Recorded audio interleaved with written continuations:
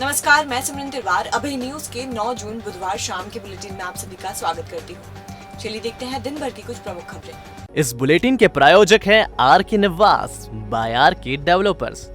शानदार घर खरीदें अब अपने बजट में। गीता कॉलोनी की लेडी सूदखोर पूजा श्रीवास्तव के खिलाफ 3 दिन में सूदखोरी का दूसरा मामला सामने आया है। इस बार गांधीनगर के टैक्सी ड्राइवर महेश अग्रवाल ने पूजा की सूदखोरी मीडिया के सामने बयां की है। नवीन शर्मा के आवेदन पर पूजा के खिलाफ नीलगंगा पुलिस ने और महेश अग्रवाल के आवेदन पर चिवनगंज पुलिस ने मुकदमा दर्ज कर लिया है। दरअसल टैक्सी ड्राइवर और ऑटो डील व्यवसायी महेश अग्रवाल ने मीडिया को बताया कि 7 महीने पहले उसने पूजा श्रीवास्तव से 3 लाख रुपए 7% ब्याज पर लिए थे। पूजा ने कोरे स्टाम्प, कार के कागजात और 10 कोरे चेक उससे लिए थे। 3 लाख रुपए के बदले में अब तक 5.5 लाख रुपए पूजा को दे चुका है, लेकिन वो अभी भी 2 लाख रुपए मांग रही है। उसने 4,60,000 रुपए का भुगतान बैंक ट्रांजैक्शन से पूजा को कर दिया है। बावजूद इसके वो 2 लाख रुपए और मांग रही है। पूजा उसे धमकी दे रही है कि वो 13 साल की बच्ची को उठा ले जाएगी और ये भी कि उसका कोई कुछ नहीं बिगाड़ पाएगा क्योंकि शहर के कई बड़े रसूखदार उसके साथ हैं। पूजा का पति रुपेश भी रोज घर आकर उसे धमका रहा है। इधर देर शाम चिमनगंज पुलिस ने पूजा के खिलाफ सूदखोरी का प्रकरण दर्ज कर लिया है। इससे पहले नीलगंगा पुलिस ने नवीन शर्मा के आवेदन पर उसके खिलाफ प्रकरण दर्ज किया था। उससे बहुत खौफ है। मेरे 13 साल की बच्ची है, वो आए दिन उठाने की धमकी देती है, बोले बच्चे से उठा के पैसा वसूल कर लीजिए। अब वो आए दिन राजनीतिक प्रशासनिक नेताओं की कहीं की धमकी दे चुकी है और प्रशासन के द्वारा बोलती है कि मेरा नाम कहीं भी जाएगा तो सब जानते हैं। तो प्रशासन की धमकी में क्या है कि थाने वाले कोई कार्रवाई नहीं कर रहे हैं। उसका कहना है कि मेरे यहाँ सब राजनेताओं को एसपी आई सबका आना जाना। हम लोग कुछ हल नहीं मिला तो इसलिए मैंने प्रेस कॉन्फ्रेंस करी। राजनेता का नाम बताया? राजनेता का नाम नहीं बताया। उन्होंने लगा जहाँ भी जाएगा मेरा नाम ले देगा, काम हो जाएगा। बोले तेरी कोई रिपोर्ट नहीं लिखेगा, तेरा कोई सुनवाई नहीं करेगा। आपका व्यापार क्या है? मेरा गाड़ी खरीदी बेची का भी और गाड़ी चलाता भी कोई मेरा काम। खरीदना बेचना ऑटो डील का? ऑटो डील का काम नहीं है मेरा। जैसे मैं कभी कोई गाड़ी पुरानी हुई है तो उसको बेच के नहीं ले लेता हूँ। हाँ, ये चिमनगंज थाना क्षेत्र के महेश अग्रवाल हैं।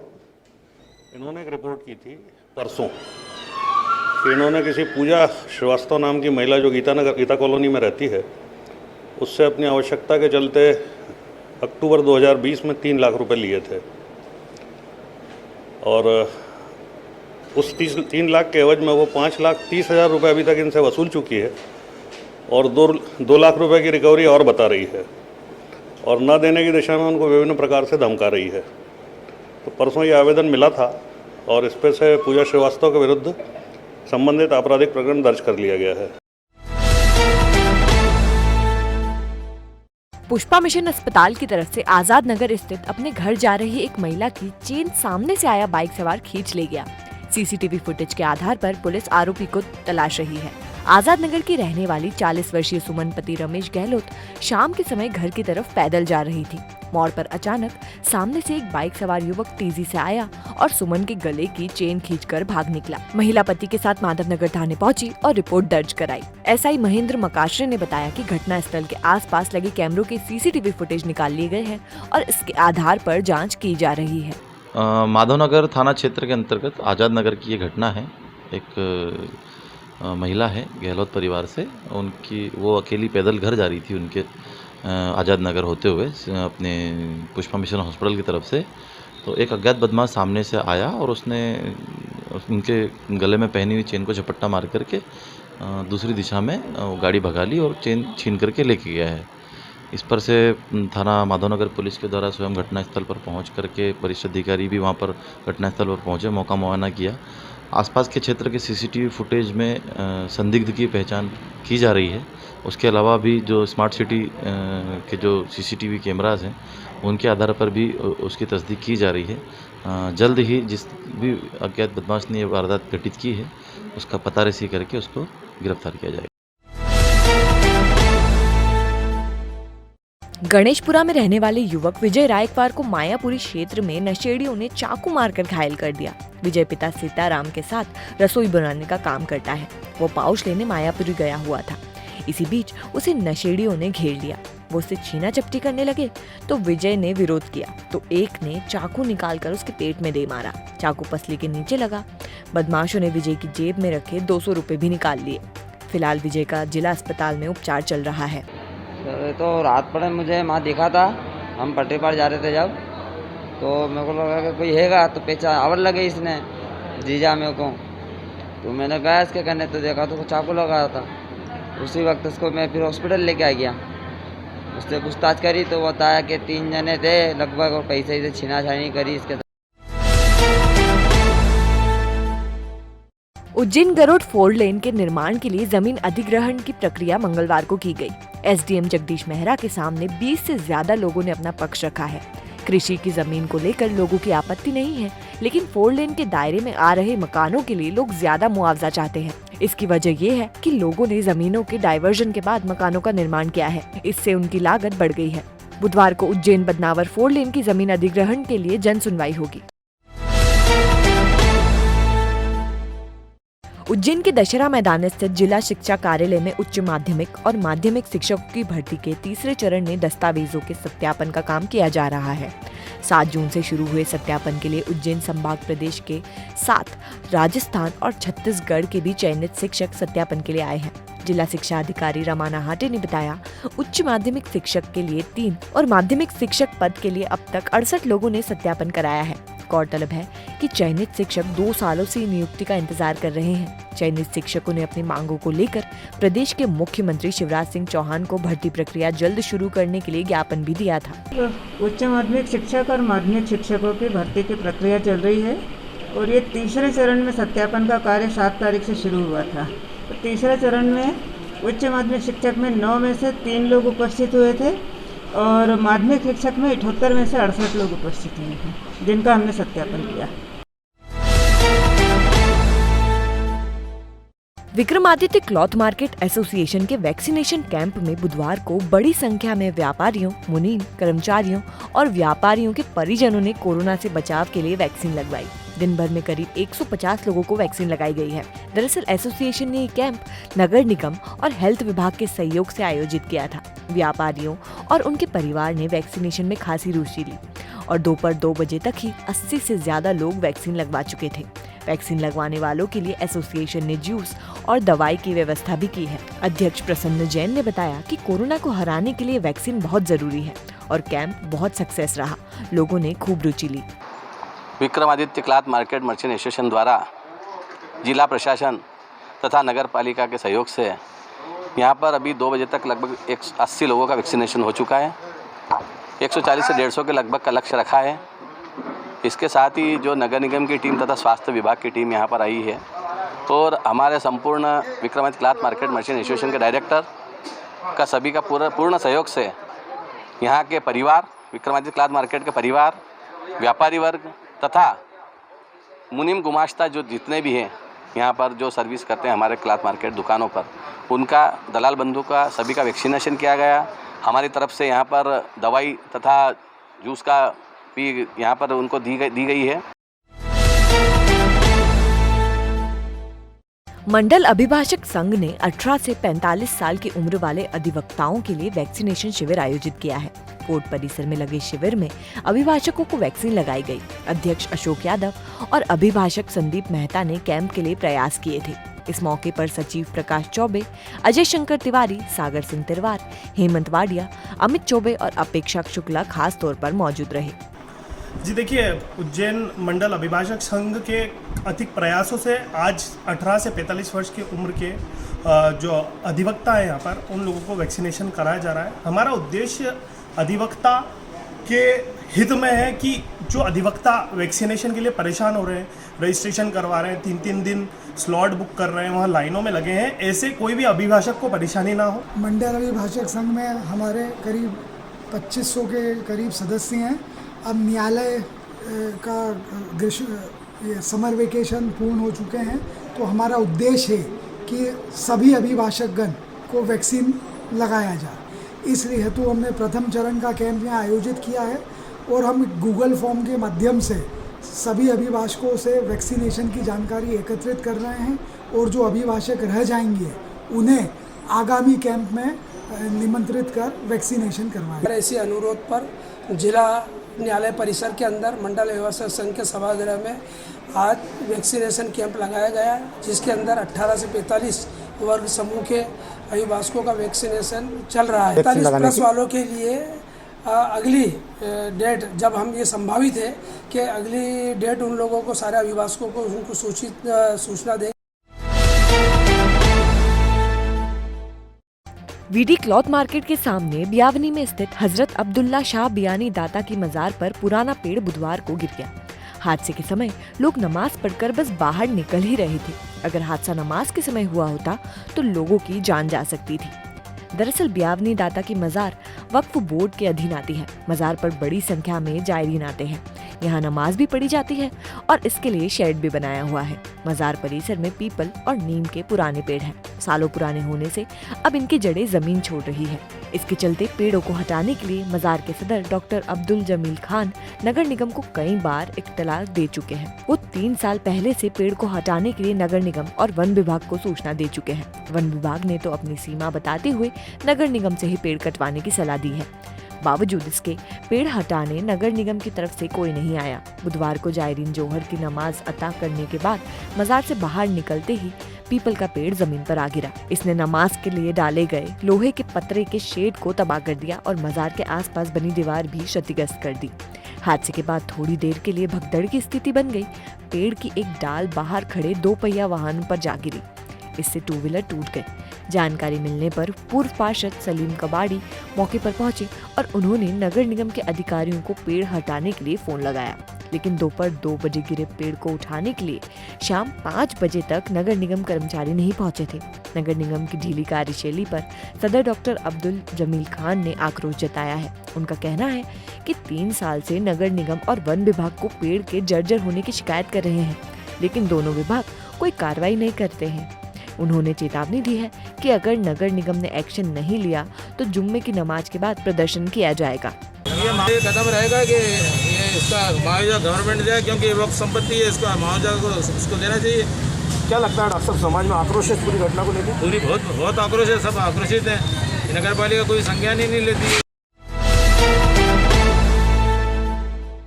कोरोना महामारी में सार्थक भूमिका निभाता अमलतास हॉस्पिटल। यहाँ है 550 बिस्तरों वाला सर्व सुविधा युक्त कोविड वार्ड, जिसमें 100 बेड का आईसीयू और 450 बेड ऑक्सीजन सुविधा से लैस है। अमलतास इंस्टीट्यूट ऑफ मेडिकल साइंस के संस्थापक सुरेश सिंह भदौरिया व चेयरमैन मयंक राज सिंह भदौरिया के मार्गदर्शन में हॉस्पिटल की ट्रेंड स्टाफ और अनुभवी चिकित्सकों की टीम हर पल मरीजों की सेवा के लिए तैयार रहती है। ये पहला ऐसा हॉस्पिटल है जहाँ का एक भी स्टाफ संक्रमित नहीं हुआ। एकमात्र अस्पताल जो उज्जैन, आगर, देवास और शाहजहांपुर के 1600 से ज्यादा कोरोना मरीजों का उपचार कर उन्हें सकुशल घर भेज चुका है। हर वक्त है आपके साथ अमलतास हॉस्पिटल। हमारा पता है बांगरगांव, देवास उज्जैन हाईवे 7272426514 और 7024107416।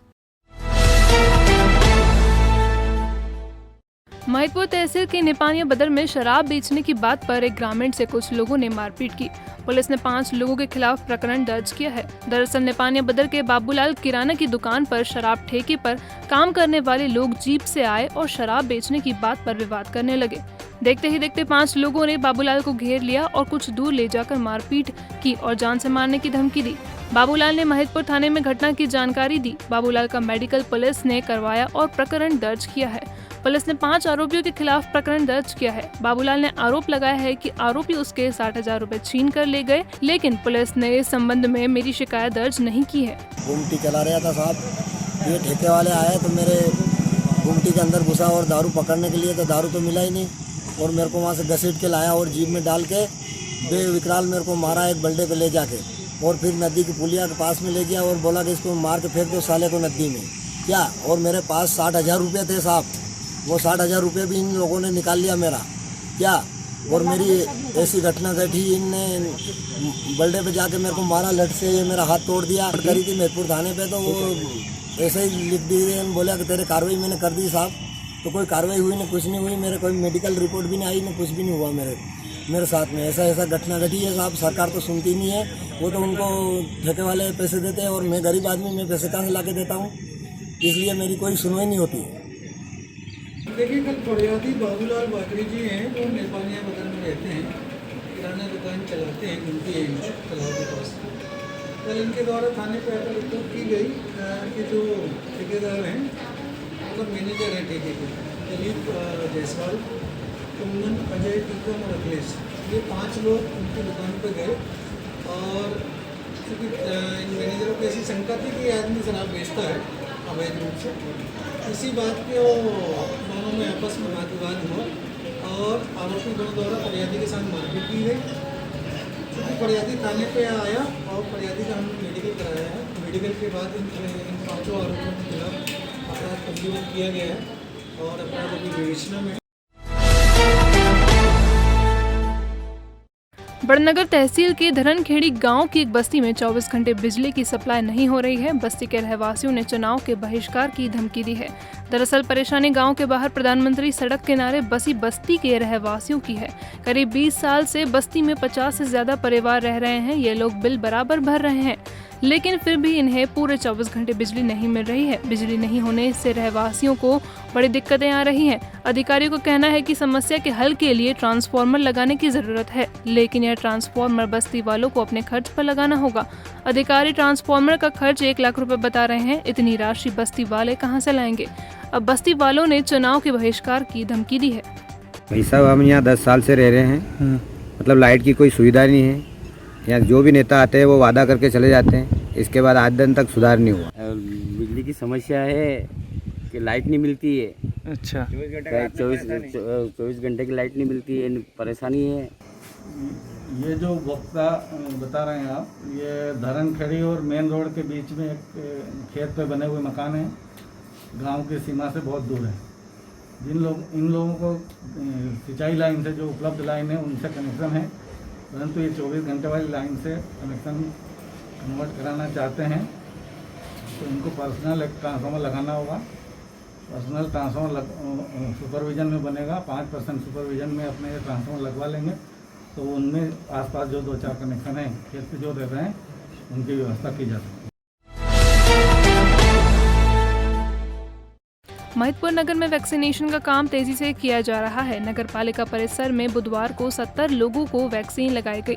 लोगों को कोरोना गाइडलाइन का पालन करने के निर्देश भी दिए गए। भारतीय जनता पार्टी नगर मंडल अध्यक्ष उमा पांडे ने बताया, 18 से 44 वर्ष के लोगों को वैक्सीन लगाने में समस्या नहीं आ रही है। बड़ी संख्या में बढ़ चढ़कर लोग कोरोना वैक्सीन लगा रहे हैं, लेकिन 45 वर्ष से अधिक उम्र के लोग वैक्सीन लगाने में रुचि नहीं ले रहे हैं। इसलिए 45 वर्ष से अधिक उम्र वाले लोगों को कोरोना वैक्सीन लगाने के लिए जागरूक किया जा रहा है। लोगों से अनिवार्य रूप से मास्क पहनने और सोशल डिस्टेंसिंग का पालन करने की भी अपील की जा रही है। मतलब लगातार यहाँ पे 18+ वालों के लिए हम देखने में आ रहा है कि जागरूकता है। जो युवा वर्ग है उनको टीके को लेकर मतलब जागरूक है। थोड़ा सा दिक्कत जहाँ आ रही है हमें 14-5+ जो टीके हैं उसमें थोड़ा सा दिक्कत है। जागरूकता हमें लाने का प्रयास करना चाहिए सभी को मिलके। और जो भ्रांतियाँ हैं, जो हम ये नहीं कहेंगे कि ग्रामीण में ही भ्रांतियाँ हैं, नगर में भी कुछ लोगों को टीकों को लेकर जो भ्रांतियाँ हैं उसको दूर करना है और ज़्यादा से ज़्यादा लोगों को जागरूक करके टीके के लिए मोटिवेट करना। हिंदू जागरण मंच की खाचरोद इकाई के कार्यकर्ताओं ने सांस्कृतिक धरोहर के अतिक्रमण को हटाने के लिए एसडीएम पुरुषोत्तम कुमार के नाम ज्ञापन तहसीलदार मधु नायक को सौंपा है। मंच पदाधिकारी अनिल सोनावा ने तहसीलदार को बताया कि कई सालों से तालाब गंदगी और अतिक्रमण का शिकार है। 2015 में तालाब का सीमांकन किया गया था और नगर पालिका सहित कच्चे पक्के 183 अतिक्रमण चिन्हित हुए थे, लेकिन आज तक तालाब से अतिक्रमण हटाने की कोई कार्रवाई नहीं हुई है। इसके साथ ही सांस्कृतिक भूमि दशहरा मैदान में अवैध मटन मार्केट लगाया जा रहा है। इन पर प्रशासन कार्रवाई नहीं कर रहा है। हिंदू जागरण मंच ने चेतावनी दी है कि जल्द से जल्द तालाब को अतिक्रमण मुक्त करवाकर सौंदर्यीकरण की योजना तैयार की जाए। सांस्कृतिक भूमि दशहरा मैदान से भी मटन मार्केट को शीघ्र हटाकर बाउंड्री वॉल तैयार की जाए, अन्यथा हिंदू जागरण मंच उग्र आंदोलन कर धरना प्रदर्शन करेगा। अब वो तो पिछला तो मुझे जानकारी नहीं है, लेकिन मेरे सामने जो शिकायत आई थी तो मैंने जांच कराई थी। उसमें 183 अतिक्रमण चिन्हित भी हुए थे, सूची भी मैंने नगर पालिका को जांच की। की जमीन है वो अगर तहसील रिकॉर्ड में होगी तो तहसीलदार महोदय से संपर्क करके और उसमें कार्रवाई की जाएगी।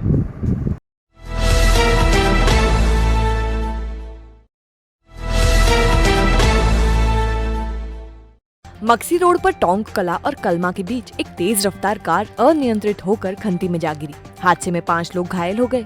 सूचना मिलने पर 108 एम्बुलेंस मौके पर पहुंची और घायलों को उपचार के लिए जिला चिकित्सालय में भर्ती कराया। दरअसल कार सवार देवास से पिपलिया जा रहे थे। टोंग कला के आगे पेट्रोल पंप के पास कार पुलिया से टकराई और अनियंत्रित होकर नीचे जा गिरी। कार में सवार मुस्कान, फिजा, सानिया, अल्फेज और अफसाना घायल हो गए। सूचना मिलने पर 108 एम्बुलेंस के EMT अजय पसलासिया और रोहित पटेल मौके पर पहुंचे और घायलों को उपचार के लिए जिला चिकित्सालय में भर्ती कराया। एपेक्स अस्पताल से विकास नगर तक बन रहे ओवरब्रिज को लेकर चल रहा विरोध थमने का नाम नहीं ले रहा है। ब्रिज निर्माण को लेकर कांग्रेस नेताओं ने सांकेतिक धरना देकर विरोध जताया है। पुल को लेकर क्षेत्रीय व्यापारी भी विरोध जता चुके हैं। केला देवी चौराहे पर कांग्रेस कार्यकर्ताओं के साथ धरने पर बैठे प्रदीप चौधरी ने कहा कि पूर्व मंत्री सज्जन सिंह वर्मा ने 2 ब्रिज स्वीकृत कराए थे। इसमें से एक ब्रिज भोपाल चौराहे से सयाजी द्वार तक बनना था। इस पर यातायात का दबाव काफी है। अब इस ब्रिज का स्थान बदलकर एपेक्स अस्पताल से विकास नगर कर दिया है, जबकि इस ब्रिज की आवश्यकता ही नहीं है। चौधरी ने कहा कि अगर ब्रिज का निर्माण नहीं रुका तो न्यायालय की शरण ली जाएगी। जय देवास, नया देवास, युवा देवास, इस नारे के साथ हम आज उन जनप्रतिनिधियों से सवाल करते हैं जिस काम की जहाँ जरूरत नहीं है क्यों थोप रहे हैं आप, इसके पीछे क्या मनसा है, इसके पीछे क्या लालसा है। ये ब्रिज जो आज देवास शहर के अंदर बनना था उसको आपने ऐसी जगह पर ला के रख दिया है जहाँ लोगों को जरूरत नहीं है। 2 सर्विस रोड जहाँ पर उपस्थित है, जहाँ यातायात का प्रभारी नहीं है, और जो देवास की खूबसूरती पे ये जो काला धब्बा आप लगा रहे हो हम इसके विरोध में। ये जो ब्रिज आप बना रहे हैं क्या इसको टेक्निकली सही रूप है, क्या इसका सर्वे सही हुआ है, क्या DPR बना हुआ है, क्या ये पैसा यहाँ के लिए सेंक्शन हुआ था, हमारा सवाल है। यहाँ जब देवास की आम जनता का समर्थन है कि हमको यहाँ ब्रिज नहीं चाहिए, आप क्यों जबरदस्ती ब्रिज थोप रहे हैं? विधायक जी से मेरा सवाल है, आप क्यों जबरदस्ती ब्रिज थोप रहे हो आम जनता के ऊपर? वायरस के प्रभाव को कम करने के लिए करवाएं अपने ऑफिस, घर, दुकान, क्लिनिक, गोडाउन, 4 व्हीलर्स गाड़ियों का उच्चतम क्वालिटी के केमिकल से सैनिटाइजेशन और करें अपनी और अपनों की सुरक्षा। मनीष केमिकल्स, पांड्या खेड़ी, उज्जैन। पश्चिम रेलवे का रतलाम मंडल गुरुवार को अंतर्राष्ट्रीय संपार फाटक दिवस मनाएगा। दिवस के अंतर्गत संपार फाटक से निकलने वालों को पोस्टर बैनर से सावधानी बताई जाएगी। कोविड के बढ़ते संक्रमण के कारण बंद की गई 2 ट्रेनें फिर से चलेंगी। जबलपुर इंदौर एक्सप्रेस 10 जून और इंदौर जबलपुर एक्सप्रेस 11 जून से शुरू होगी। इसी तरह हजरत निजामुद्दीन पुणे एक्सप्रेस 14 जून और पुणे हजरत निजामुद्दीन एक्सप्रेस 15 जून से शुरू होगी। किशनपुरा क्षेत्र में शराब के लिए एक युवक के मुंह में पिस्टल ठूसने वाले बदमाश अनमोल सिसोदिया को माधवनगर पुलिस ने गिरफ्तार कर लिया है। उसने लक्की नामक युवक के मुंह में पिस्टल ठूस दी थी। दवाइयों के लंबे बिलों से अब मिलेगा छुटकारा। पाएं एक ही छत के नीचे सभी प्रकार की दवाइयां एवं निशुल्क घर पहुंच सेवा। पाएं सभी दवाइयों पर 12 से 80% का भारी डिस्काउंट। हमारा पता इजी मेडिकोस 7 बड़ा तेलीवाड़ा, उज्जैन।